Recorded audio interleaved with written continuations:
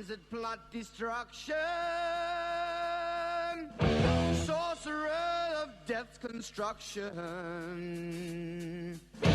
in the fields of bodies burning,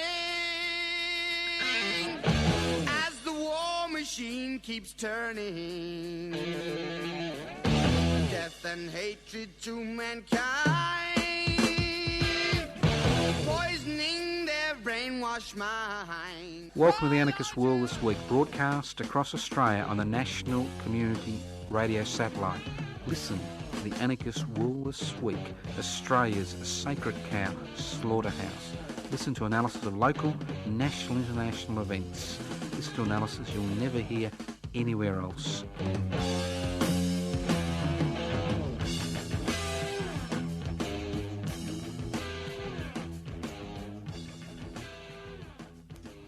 Welcome to the Anarchist World This Week, broadcast across Australia via the Community Radio Network. This program is streaming live via Community Radio 3CR in Melbourne, 855 on the AM dial.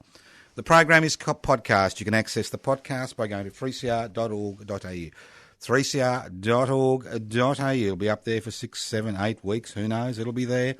Send it to your friends. Send it to your enemies. If you find something of interest, share it. Don't keep it to yourself. Don't keep the Anarchist World This Week as a private vice. It's a public service, not a private vice. Share it with your friends. My name is Joseph Toscane. I'm hosting today's program. If you know what anarchism is all about, anarchist society is a voluntary, non-hierarchical society based on the creation of political and social structures, which is based on direct democratic principles where wealth is held in common and used for the common good. And why those two concepts? Very simple. The term anarchos means without rulers. How do you create a society without rulers? You destroy the building blocks that give individuals and small groups power, the ability to exercise power, and those inequalities in power and wealth. And those inequalities in power exist because of institutionalised hierarchies. The more hierarchical a system, the more centralised a system, the greater the possibility that we get the Trumps and the Kim Il-jungs of the world, ruling our destiny. Anarchism is about breaking down hierarchy in order to create a society without rulers, which requires participation. And the key to listening to the Anarchist World This Week is participation. The big P, participation. Without you, we are nothing. So that's simple. Without you, we are just a disembodied voice which leaves the stratosphere and journeys to the end of time. Nothing. We are nothing. All right, we've got a lot of things we want to talk about today. Well, I want to talk about today. You're not talking, obviously, although you could be screaming at the radio or the podcast. We have a lot of things we want to talk about, but I'd just like to remind you of a few things that are happening, because one of the great things which I find really difficult to understand in an age of instant communication, in an age where somebody picks their nose on the other side of the world, we know about it instantly, is the social isolation. The social isolation. Although we live in cities, most of us, and big towns, the loneliness and the social isolation experienced by many people whose only interaction would be, talking to an automatic teller or an automatic checkout at a supermarket. So social isolation is a killer. And many of the events we organise are not just events which mark historical occasions, not just events which allow people to, talk about and congregate and protest and gather regarding particular issues.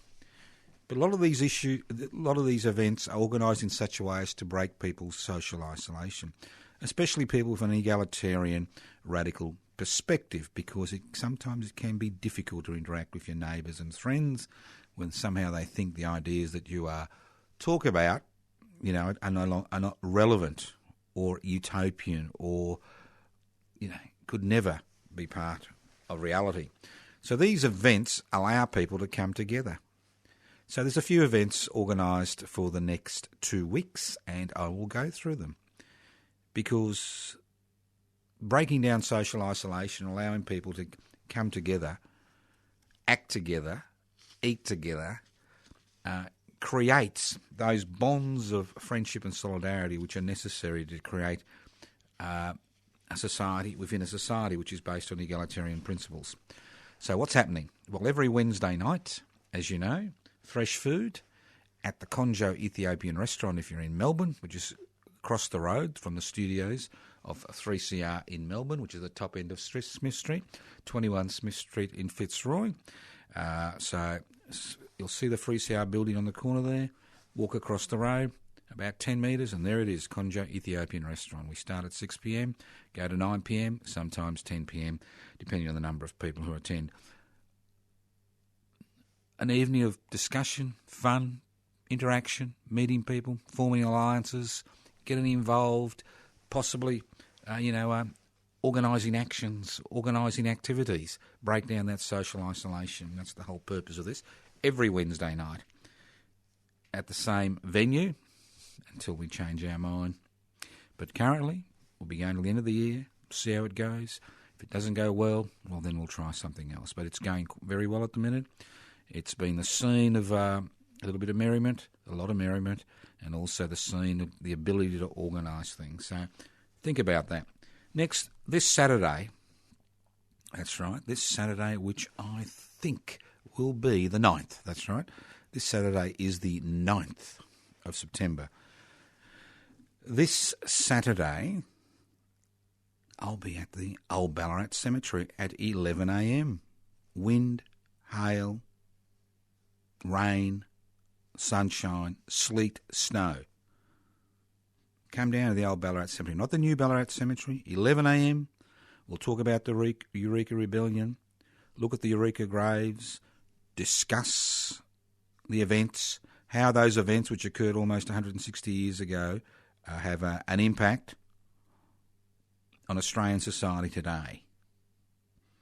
Because this is not contested history, as conservatives and reactionaries would like us to believe. This is not contested history. This is us celebrating our history. And after about an hour at the Old Ballarat Cemetery, we'll move down to the to Trades Hall in Camp Street in Ballarat. There's a photo exhibition there. Have a coffee, have a drink. You can buy a drink at the bar and possibly something to eat. We'll work it out when we get there. So you're welcome. Come along. Doesn't cost anything. Obviously, the food will cost you something. Doesn't cost anything to come at 11 a.m. Meet like-minded people. Learn about your history. Talk to like-minded people. More social interaction in the regions of Victoria. Very simple. Now, don't forget, if you listen to this program on September the 6th, Wednesday, September the 6th, we've got the regular monthly Defend and Extend public housing rallies outside Victorian Parliament, in Spring Street in Parliament. Starts at midday. Doesn't matter if it's raining. We'll go for as long as we can. Should be there for about an hour, at least an hour, possibly an hour and a half. We'll be there. We need to raise the issue of expanding the public housing sector. Not just defending what we have, but expanding the public housing sector. And next week, we've got the launch of the Norman Commemoration Committee, which you're all invited to, and I'll speak about that in a minute. So there is something every week. Every week there are events organised, and they're organised for three reasons. One, to break down social isolation of radical activists in this country. Egalitarian radical activists bring us together in a social setting, in an activist setting. Two, it's about learning about our history. We do have a history. You may not read it in the textbooks. You may not see it in the 24-hour media cycle, but we do have a history which moulds us and dominates the type of activities that we are involved in. We do have that history, and it's important that we remember that history.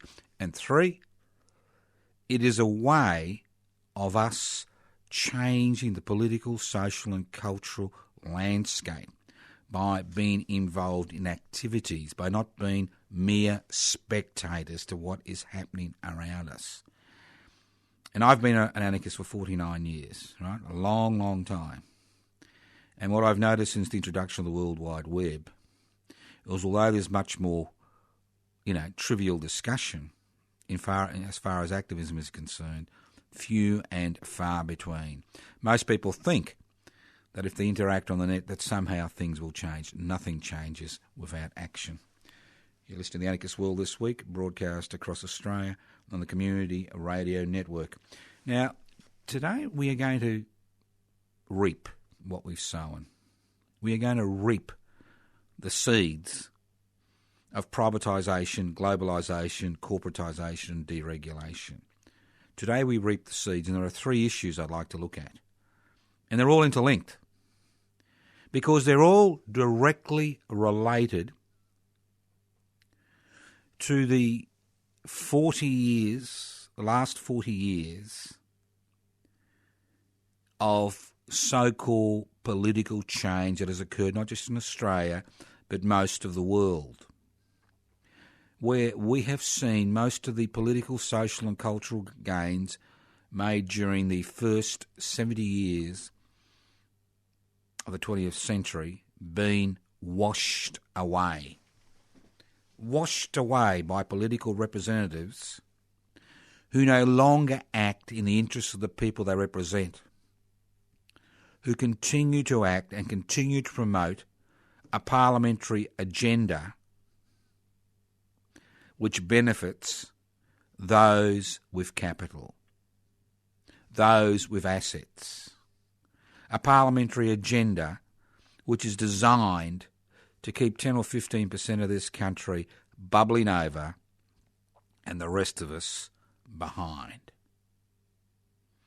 And we are now reaping the seeds of that revolution. And it was a revolution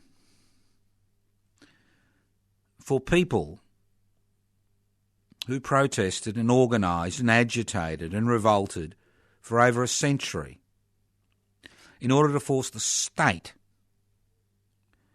to change its colours from an organisation which protected the interests of the rich and powerful to an organisation which began to take the interests of the population as a whole seriously and was forced, dragged, kicking and screaming to provide basic, essential services and infrastructure to its citizens.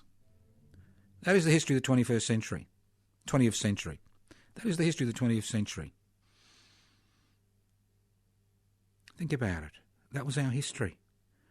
Universal education, universal health care, a social security net which captured most people,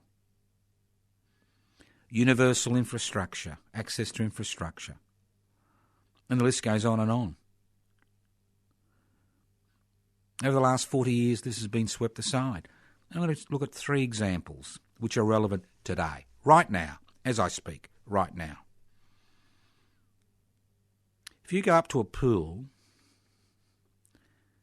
which is still, the water is still, and you throw a stone in the middle of that pool, the ripples spread to the edge. And that's what we are seeing. We are seeing the ripples of the deregulation, privatisation, corporatisation, globalisation revolution. We are seeing how it affects ordinary people, how it affects those people whose labour is used to create wealth for other people, those people who have been removed from the labour market and forced to fend for themselves using a social security system which is having holes cut in it every day by governments to ensure more and more people find themselves at the sticky end of life. Think about it. All right? Think of it that way. Stones in a pond and the ripples. The first ripple is the privatisation of the Commonwealth Employment Service and the partial destruction of the social security system. while corporate welfare and corporate entitlement have reached, historic proportions, the state, in order to fill the coffers, is cutting holes in the social security net, so more and more people are falling through that net. What we've seen today is the wholesale privatisation of unemployment.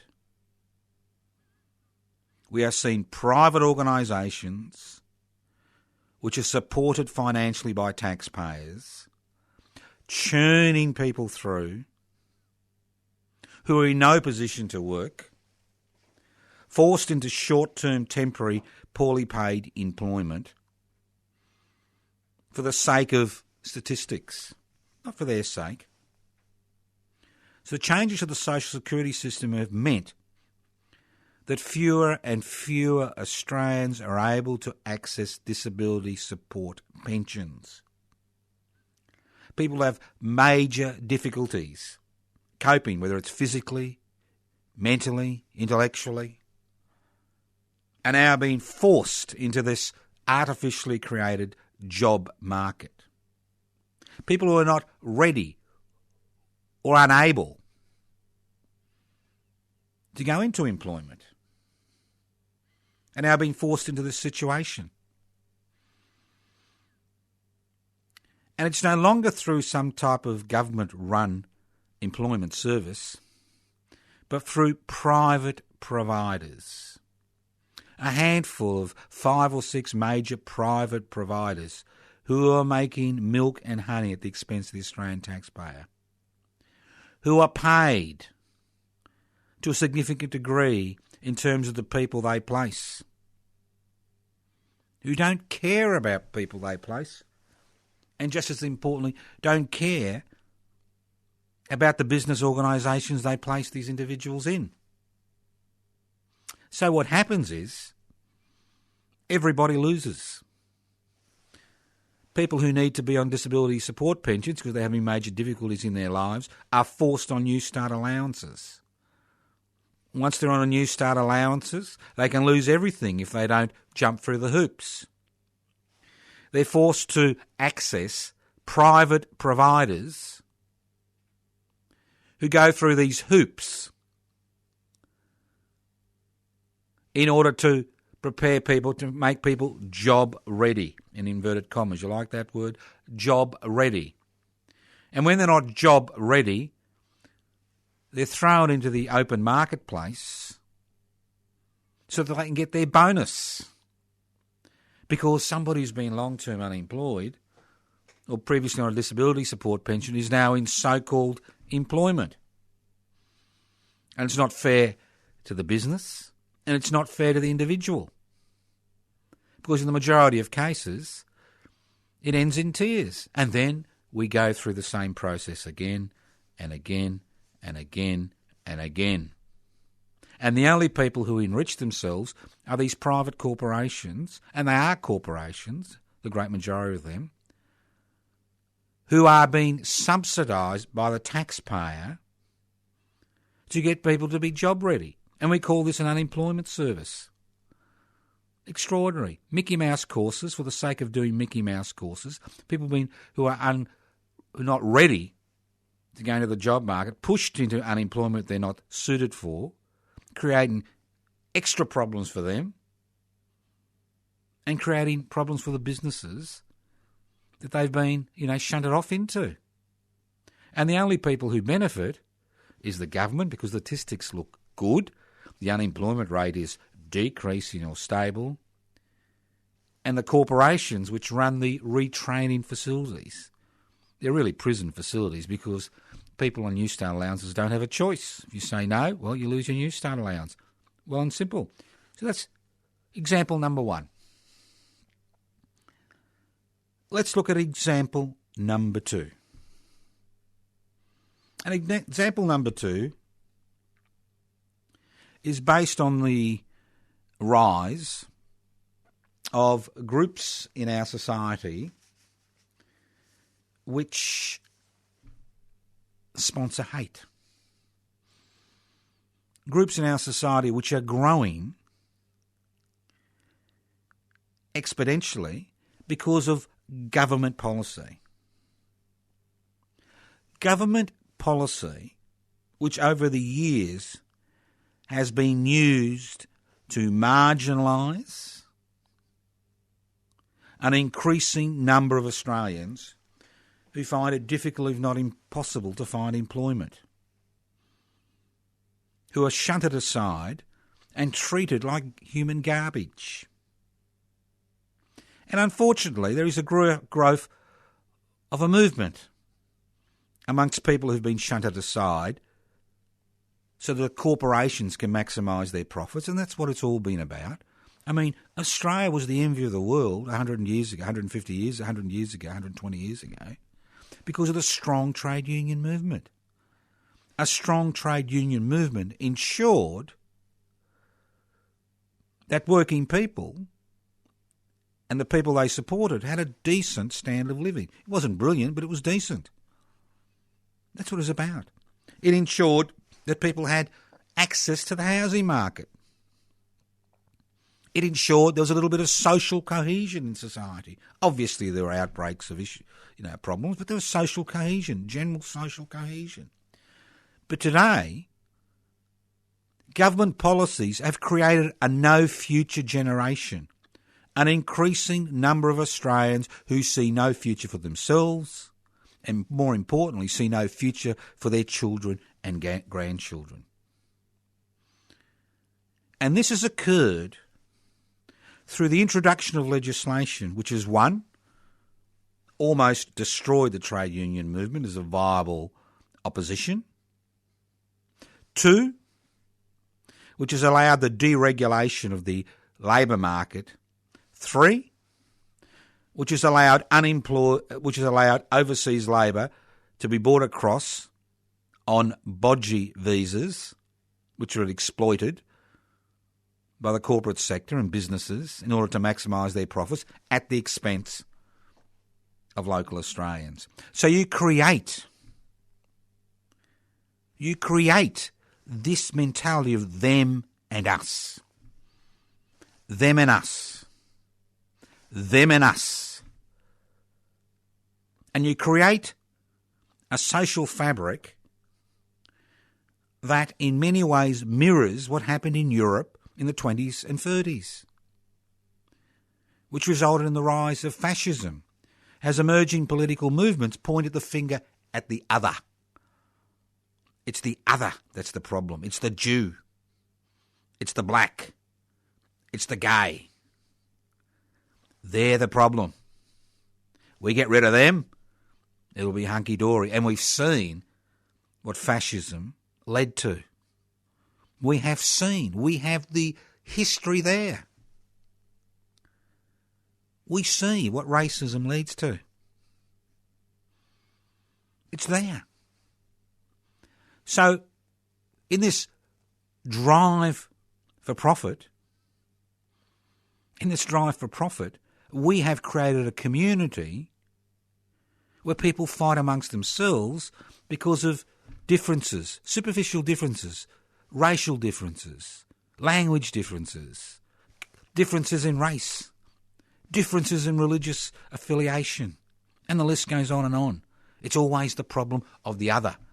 And you see the growth of political movements which are supported by the corporate sector to a significant degree, which sees the rise of this intolerance. And this is directly due to government policies which put corporate interests before public interests on every available time. Always corporate interests before public interests. And what is the public? The public is us, all of us. We are the public. Us, men, women and children, we are the public. So you've got government policies and a political system which has been hijacked by that small section of society that owns the means of production, distribution, exchange and communication, that has been hijacked in order to promote their financial interests. And instead of people organising around the idea that if you break the domination of unaccountable corporations over our political institutions, we have political movements which grow, which point the finger at the other, without challenging the role that corporate power plays in our society today. So it's no wonder that we are reaping the seeds of hate which were sown when successive governments in this country have been pushing policies which promote the interests of a very small minority. Now, public interest before corporate interest was formed for one very good reason. We were formed about 19 months ago. And we were formed for one very good reason. We were formed to give people the opportunity to become involved in a political, social and cultural organisation that didn't blame the other, that acted as an alternative to political groups that blame the other for the state we find ourselves in society. And our aims and membership criteria are very clear. We aim to ensure the interests of the Australian public are put before the interests of unaccountable corporations, whose major responsibility is to create ever-increasing profits for their major shareholders, irrespective of the human, social, environmental and national costs.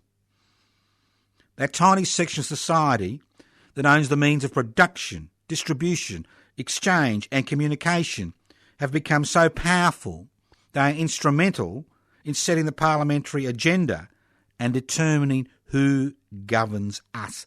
It's time the interests of the public, the many, are put before the interests of corporations, the few.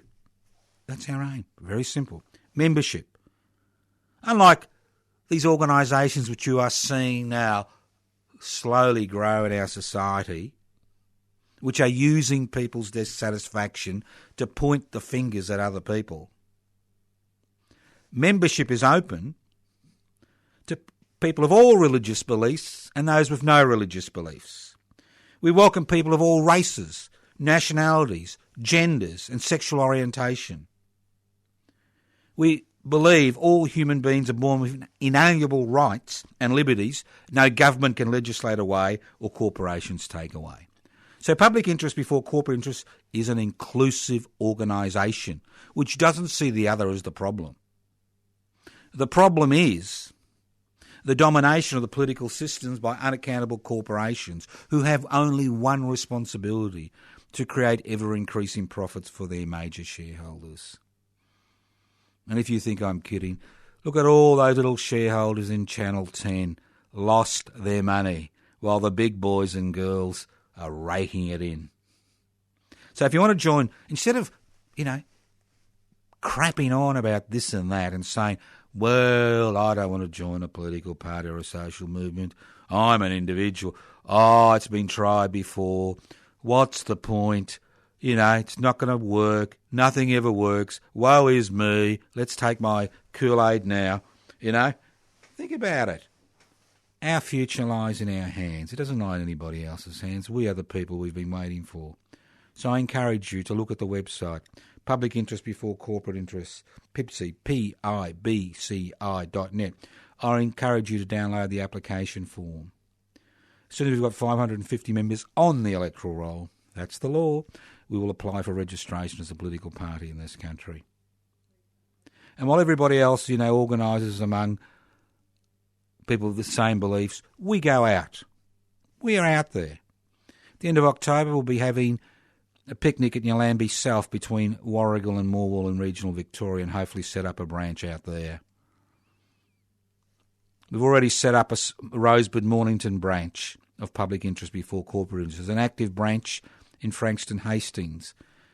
Hopefully I'll be able to announce the next week or two a picnic in Pascoe Vale in Melbourne to organise another branch of public interest before corporate interests. And possibly after that in Whittlesea. So we are looking for people. We are looking for people who are willing to stand up. We are looking for people who don't believe that it's impossible to change things, who believe that their effort can lead to egalitarian change. That's what we're looking for. We're looking for people. And it's very simple. All you've got to do is organise a picnic somewhere. Check the date with us. I'm happy to come down. Other members of public interest before corporate interest are happy to support you. We'll advertise it. We'll help you set up a local branch because we need to defeat not just the corporate sector, but we need to defeat these political and social organisations which are exploiting people's marginalisation to push an agenda that points the finger at the other in our society. We are better than that. We are much better than that. And as I said before, I'm happy to talk to anybody in regional Victoria if you organise a meeting. And if you organise a meeting interstate, if you're listening to this program via the Community Radio Network, I'm happy to come along if you can help me to pay the fare to get there and back. Because this needs to be a national movement, not just a movement in one region, but a national movement. We are at the crossroads as a people because we are reaping the seeds of the globalisation, corporatisation, deregulation, privatisation revolution. We are reaping those seeds today, seeds that were planted 40 years ago that are ripening, coming to fruition, and we are now eating the bitter fruit of a political and social movement which has put the interests of the few before the interests of the many. And it's time that the many, and there are many of us, organised, got together and fought back. Listen to the Anarchist World This Week, broadcast across Australia on the Community Radio Network. This program is streaming live on 3cr.org.au. You can download the Public Interest Before Corporate Interests application form from pipsy.net. Haven't got a computer? We still love you. I don't have a computer. Write to us at Post Office Box 20, Parkville 3052. We'll send you out an application form. Leave a message on 0439 395 489, 0439 395 489, and bingo, before you know it, you'll get an application form. Join what I think will be one of the fastest growing political movements in this country over the next 12 to 18 months. Join Public Interest Before Corporate Interests. We're getting a bit of traction. We're starting to move. We are the antidote. We, Public Interest Before Corporate Interest, is the antidote to social and political movements which centralise power, centralise wealth, point the finger at the other. We are that antidote. Join us today. If you don't, well, that's your choice, but join us today. All right, let's move on. Now, next week, we will be launching the Peter Norman Commemoration Committee in Melbourne. And you're wondering, who's Peter Norman? What's this all about? What's it all about? Well, we'll be launching it at, believe it or not, midday, 12 o'clock sharp, midday sharp, next outside the Melbourne City Square, which is currently undergoing redevelopment. That's fine. It's undergoing redevelopment. It's a wide footpath. We'll be there. We've got the banners. Join us on Wednesday, the 13th of September at midday, near the corner of Swanson and Collins Street. You'll see the banners. You'll see the people. It's a media launch of the Peter Norman Commemoration Committee. So what are the aims of the Peter Norman Commemoration Committee? To hold yearly commemorations on the 9th of October, Peter Norman Day, the day of his funeral in 2006, to acknowledge the brave, dignified and moral stand Peter Norman took on the 16th of October 1968 in the struggle for universal human rights. And you're thinking, what are you talking about, Joe? Have you gone bananas? Just think about the iconic images of the 20th century. And one of the iconic images of the 20th century is the 1968 Olympics, when Peter Norman stood on the same dais as Tommy Smith and John Carlos in the 200 metres race, where they raised the Black Power salute, and Norman wore a badge on the dais and said to them, "I will stand with you." And this is in the struggle for universal human rights. And our second aim is to campaign for the establishment of a significant interactive monument in the soon-to-be redeveloped Melbourne City Square, to highlight that Melbourne is one of the world's most successful multicultural cities. Think about it. Go to the website. Yes, we've got a website and a Facebook page. The website is peternormancc.com. So Peter Norman Commemoration Committee, peternormancc.com. And the Facebook page is Peter Norman CC. Very simple. Get involved, see what it's all about. And if you are in Melbourne, on Wednesday the 13th of September at midday, join us. Join us to launch this campaign. This will be a long campaign, as all our campaigns are. It's a long campaign. As you saw for the Tunnerminnerwait Maulboyheenner commemoration, it's a long campaign. That was a 12-year campaign. And it's really, really sad to see one of Melbourne's prominent newspapers, the Sunday Age, do an article about monuments in Melbourne and actually ignore the fact that the Tunnerminnerwait Maulboyheenner commemoration monument exists. Incredible. Sloppy reporting. Really sloppy reporting. Multiple articles in the Age over the last decade regarding that particular struggle. Articles when it was officially launched in September 2016. It's as if it doesn't exist. Visit the monument. Join us on the 20th of January next year, on the day Tunnerminnerwait and Maulboyheenner were hung for the heinous crime of resisting white colonisation. Join us. Join us on that day. Join us on Indigenous Freedom Fighters Day, Aboriginal and Torres Strait Islander Freedom Fighters Day. Join us on the 20th of January. We all know that the 26th of January everybody's unhappy, but so join us on the 20th. Celebrate, remember, commemorate all those men, women and children which resisted colonisation, who paid the ultimate price. I know everybody's talking about Passchendaele today. It's the 100th anniversary of the Passchendaele slaughter in Belgium in 1917. Over 38,000 Australians were killed, wounded or missing in action in an 8-week battle to gain 8 kilometres. Over 500,000 people were slaughtered. And what were they slaughtered for? For the glory of God, King and country. That's what they were slaughtered for. Extraordinary. Extraordinary. And we seem to forget 100 years later. We remember the sacrifice, but we don't remember why so many people were slaughtered for nothing. To keep those in power. And when you look at wars, it's the same story over and over again, isn't it? Here we are.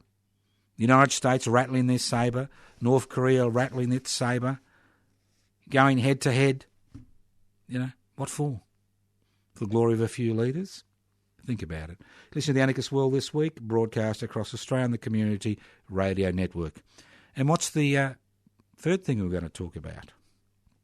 Because I said there would be 3 issues we would look at. We've looked at 2. So what's the third issue? Power. Our beloved Prime Minister, Mr Turnbull, thinks he's on a winner. He is on a winner. Because everybody's bitching about power prices, and I don't blame them. I've seen some bills that some people on Social Security benefits have to pay. And I've seen some bills that ordinary workers have to pay for a little bit of heating, a little bit of light. And it's extraordinary. So again, we are reaping what we sowed. We are reaping what we sowed. especially in Victoria and South Australia, especially, and to a lesser degree in New South Wales and Queensland and West Australia, but Victoria and South Australia, the privatisation capitals of the modern universe. We saw all these essential services privatised, given away to the private sector. Power lines, generation facilities, companies that dole it out. It went on and on. And now we are seeing what happens when you privatise essential infrastructure. Power is essential for a postmodern society. Essential. All those wonderful things on your internet. No power, no internet. No power, no cars. Those petrol bowsers won't work without a bit of electricity. And the list goes on and on and on and on. No automatic tellers working. That'd be terrible, wouldn't it? So why do we find ourselves in this situation? And I'll say it again. 25 million people living on a continent, resource-rich continent, not Bangladesh, which is 1/3 underwater, but a resource-rich continent. Why do we find ourselves in this situation? Because of privatisation, because we've given the corporate sector its head. We have said, do what you like, forgetting that the ultimate endpoint of capitalism isn't competition. It's monopolisation. And what we see is the growth of privately owned monopolies controlling essential infrastructure. And our beloved Prime Minister, young Malcolm, has to call in the gas companies to have a chat to them. And he has to talk to AGL to extend the life of a dying power station. Even AGL says, mate, we've seen the writing on the wall. Coal is dead. We're going to close it down, irrespective of what you say. And this occurs because we have allowed one of the essential components of a postmodern society, energy production, to reside in the hands of the private sector, whose major responsibility is not to the nation, not to Malcolm, not to you, not to their small shareholders with their little, the superannuation funds, buying into these corporations, but to their major shareholders. That is their only responsibility, to create ever-increasing profits for them. And if they don't, the money flows somewhere else. So once again, we are reaping the benefits of 40 years of privatisation, globalisation, corporatisation and deregulation. Isn't it wonderful? Isn't it wonderful? Increased crime, less social cohesion, the growth of hate groups, static wages, huge holes in the social security net, increased corporate welfare, a parliamentary system which is hooked, addicted to the minutiae and trivia of life, paralysed, can't even make a decision. How pathetic. We're about to spend $125 million, depending on what the High Court decides in the next 48 hours, because the Liberal Party can't make a decision. I'm so sad. I'm so sad for them, not me. We're about to be plunged into darkness because the Liberal National Party can't make a decision about energy policy. Are we going to have another survey about whether we should close down coal-powered power stations, fired power stations? Are we going to have another survey? We're going to spend more money because the Liberal National Party can't make up its mind because they're divided. What a pathetic state of affairs. It is tragic. It's comic. It's laughable if the consequences weren't so serious. Extraordinary. Just extraordinary. People who can't even utilise the power that the citizens have given it through the electoral process. Just extraordinary. You listen to Parliament and then walk into your local vomitorium and put your fingers down your neck, because that's about all it's worth these days. Just extraordinary. Extraordinary. And you wonder why we have the growth of hate in our community, the growth of despair, where every time you read a newspaper or go onto social media, you hear about people's depressed existence, about how they've lost their confidence, lost their mojo, as you say, lost their confidence, not just in the institutional structures that govern them and provide services, but lost confidence in themselves, in their ability to organise, in their ability to change the direction of their lives, in the ability to change the direction of their communities. So it's a matter of putting it together. Can you name one person in federal parliament or state parliament or local government you think has something decent to say about any of the major issues which confront us today? Can you think of one figure in the government gelded ABC and the corporate media that has something to say?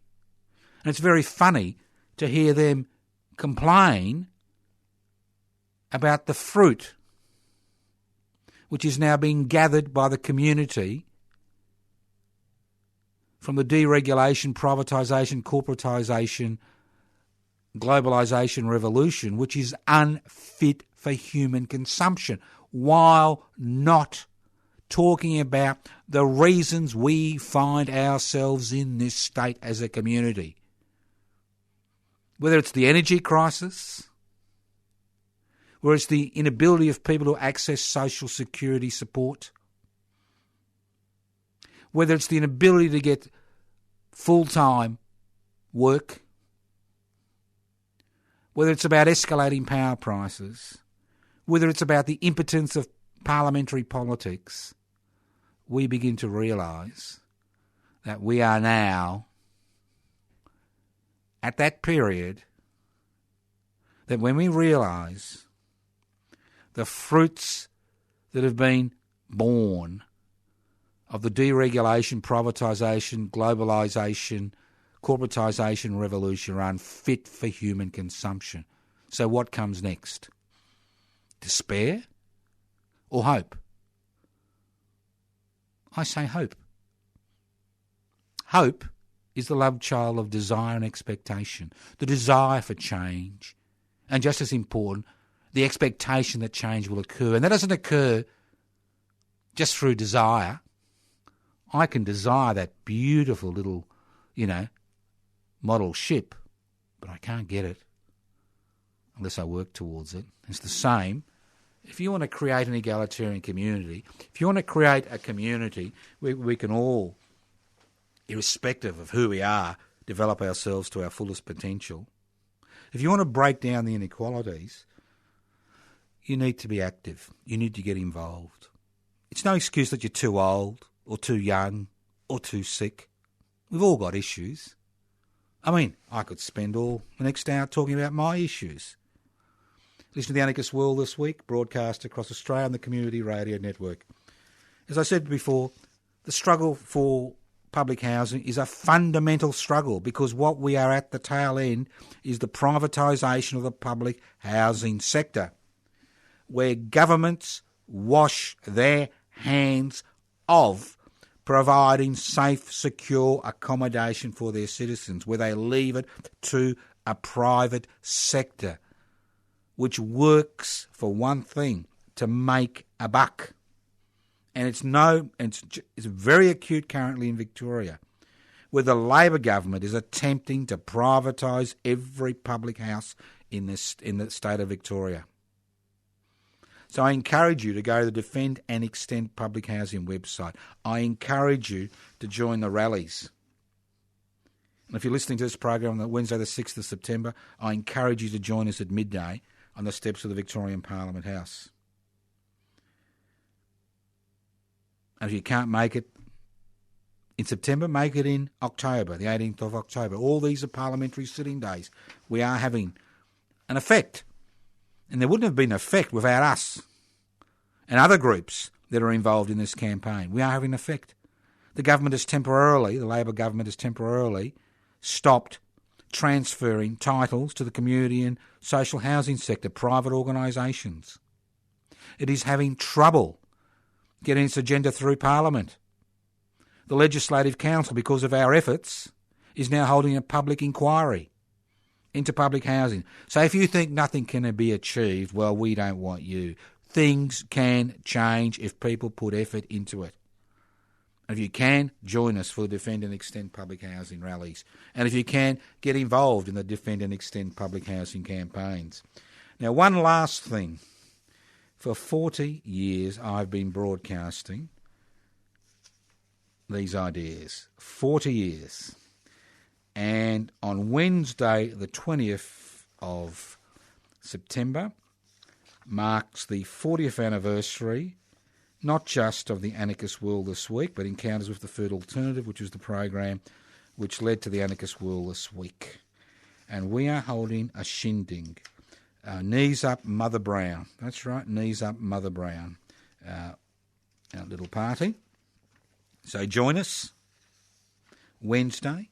If you're in Melbourne, once again Melbourne, because this program does come out of Melbourne, join us at the Unitarian Church. And why a church? Because you find out when you get there. 110 Grey Street, East Melbourne. 110 Grey Street, East Melbourne. Doors open at 9:30am, live broadcast 10am to 11am. Then after live broadcast, question and answers. And then lunch at 12. The Sampari Network from the West Pipeline community will be providing lunch. Lunch will cost $15. I'm sorry. That's what we kind of got the minimum. Beautiful lunch, $15. Join us. Unitarian Church, 110 Grey Street, East Melbourne, Wednesday the 20th of September, 9:30am to about 2pm. Celebrate the 40th anniversary of the Anarchist World This Week, which has been broadcast around this nation for many, many, many, many years. Here we are, Anarchist World This Week, on your local community radio station. Join public interest before corporate interest, pipsy.net. Download the application form. Join the Defend and Extend Public Housing Rally, Wednesday the 6th of September, midday to about 1:30pm. Join the Norman Commemoration Committee launch, midday, Wednesday the 13th of September, midday, outside the redeveloping Melbourne City Square at the corner of Collins and Swanson Street. 20th of January, join us for the 40th anniversary celebrations. Board this weekend, going to Ballarat, join me at 11am at the old Ballarat Cemetery, 11 to 12, a bit of a tour, bit of a discussion. After that, down to Trades Hall in Camp Street, have a look at the exhibition, maybe have something to eat and drink. So thank you for listening to the Anarchist World This Week. Many things are happening. Go to my personal Facebook page. It's all there, Toscano for the public. Toscano for the public. Irrespective of the weather, dinner at Wednesday night, starting at 6pm, Conjo Ethiopian restaurant across the road from Community Radio 3CR. Join us. Lots of things happening. Break your social isolation. Make the effort. All welcome. Thank you once again for listening to the Anarchist World This Week on your local community radio station. Go to the Anarchist Media Institute website, anarchistmedia.org. The Defend and Extend Public Housing webpage, my personal Facebook page, my personal Facebook page, Toscano for the public. Go to the Peter Norman Commemoration Committee Facebook page, Peter Norman CC. Thank you once again for listening to the Anarchist World This Week on your local community radio station. Listen in to the Anarchist World This Week, next week on your local community radio station. Evil minds that plot destruction, sorcerer of death's construction. An analysis you'll never hear anywhere else. Anarchist World This Week, Australia's sacred cow slaughterhouse. 10 a.m. every Wednesday. Listen to the Anarchist World This Week for an up-to-date analysis of local, national and international events. Poisoning their brainwashed minds. Oh, Lord, yeah.